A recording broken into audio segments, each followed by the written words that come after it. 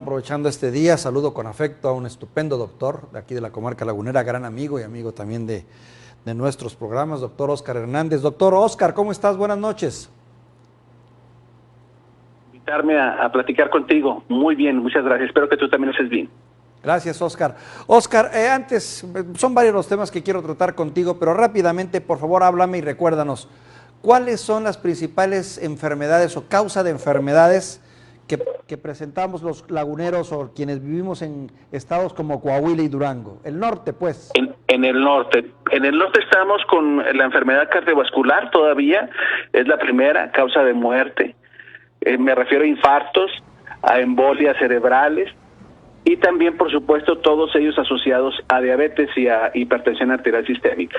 Es decir, como que nos ha robado la atención el COVID-19, pero sigue habiendo la misma frecuencia alta, elevada en nuestra zona norte, en particular en nuestro estado, y Torreón no se escapa de eso, de los infartos, las embolias y diabetes mellitus descontrolada, y por supuesto todas las complicaciones asociadas a la misma diabetes, ¿no? O sea que va relacionado también a nuestros hábitos alimenticios, por ejemplo, Sí. El abuso en el exceso de carnes. Sí, es muy fácil asociar obesidad, diabetes, presión arterial alta y, digamos, la puntilla a este tipo de enfermedades o la parte terminal por la cual mueren los pacientes, desafortunadamente es el infarto en forma, digamos, repetida o en forma fulminante, dependiendo del tipo de infarto, o bien la embolia cerebral, que tal vez en la embolia cerebral el paciente o la paciente no fallece de manera inmediata, pero queda con muchas secuelas y eso le acorta mucho la sobrevida en los próximos 5 años. Y entonces nosotros como médicos catalogamos que esa muerte como prematura, por llamarlo de alguna manera, es decir, sigue siendo asociada al evento inicial.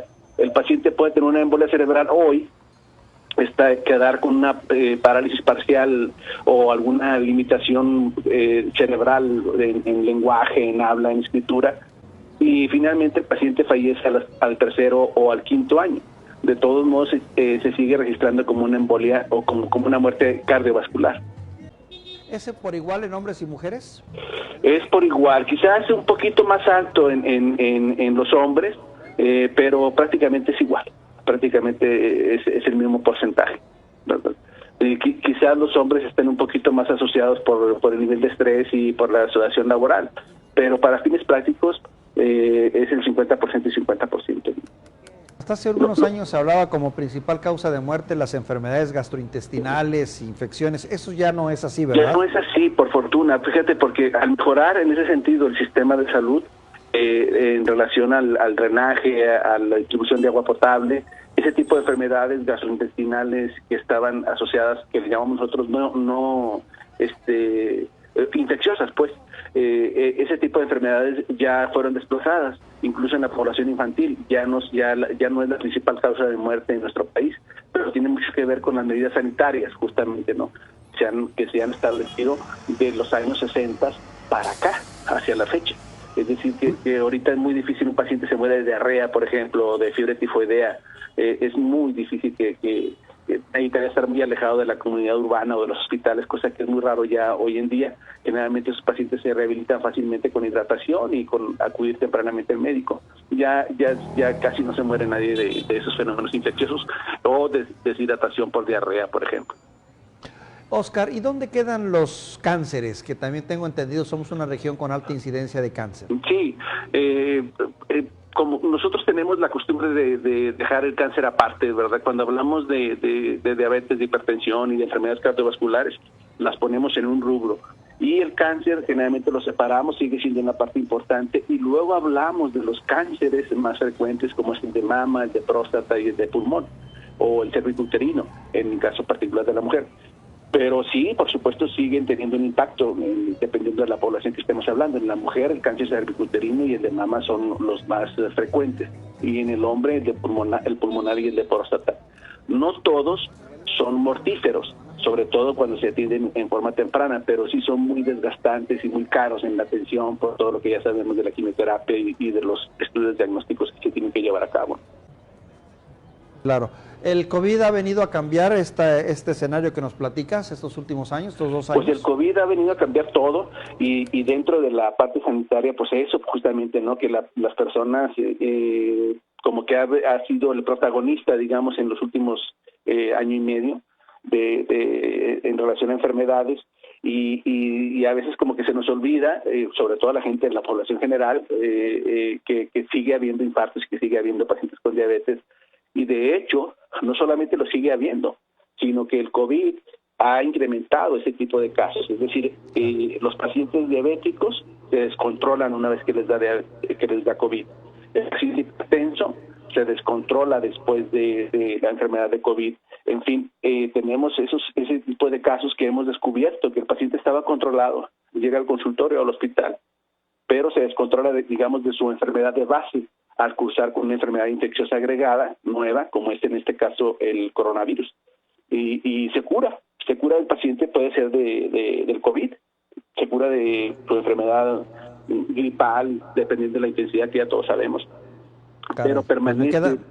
Sí, me queda claro este escenario. Aprovecho que te tengo para hacerte otra pregunta. Se está gestando un movimiento muy interesante por parte de médicos de hospitales privados, médicos que no necesariamente atienden en el sector público o que están en ambas partes, porque no han sido vacunados. ¿Qué hay de cierto en esto? ¿Qué me puedes decir? Es cierto, por supuesto, es cierto.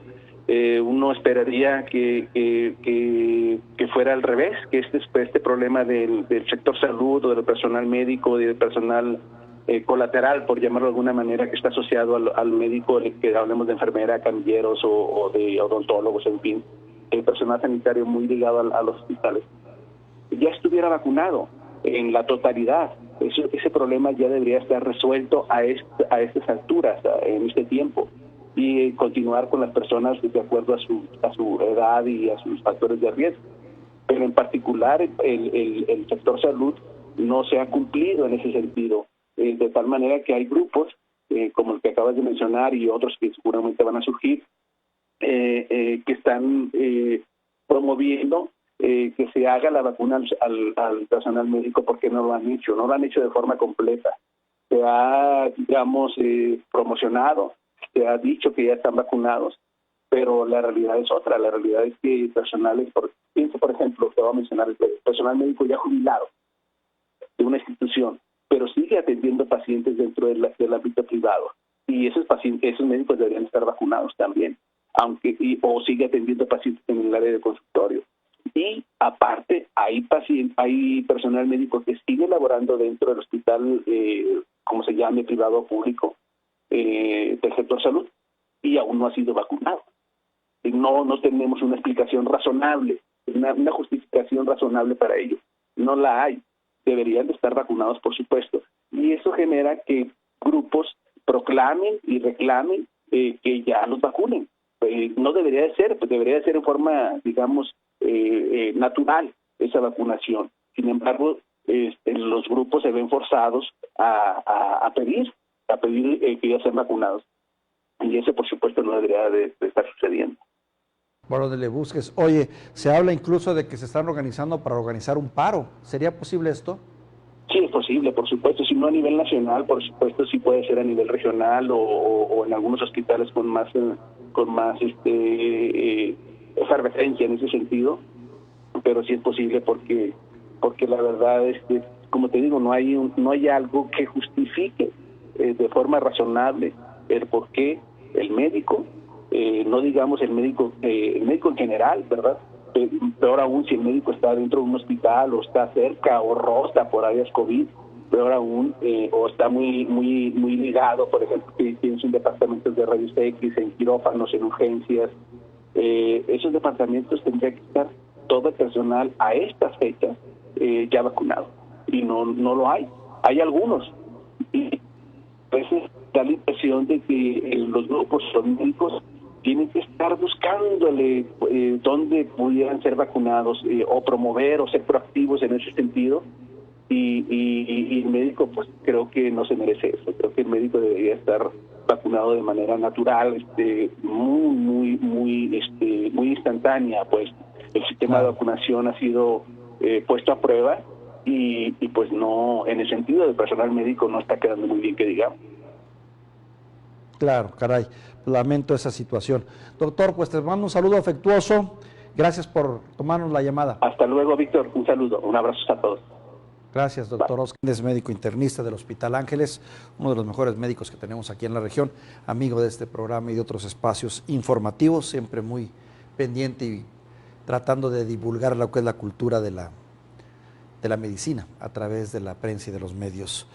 Y de grave su situación, realmente sí es imperdonable que los médicos privados o médicos de consulta privada tengan que estar pidiendo y buscando su propia vacuna, porque no están considerados dentro del esquema todavía de vacunación, a diferencia de los médicos del servicio, pues del servicio público, ¿no?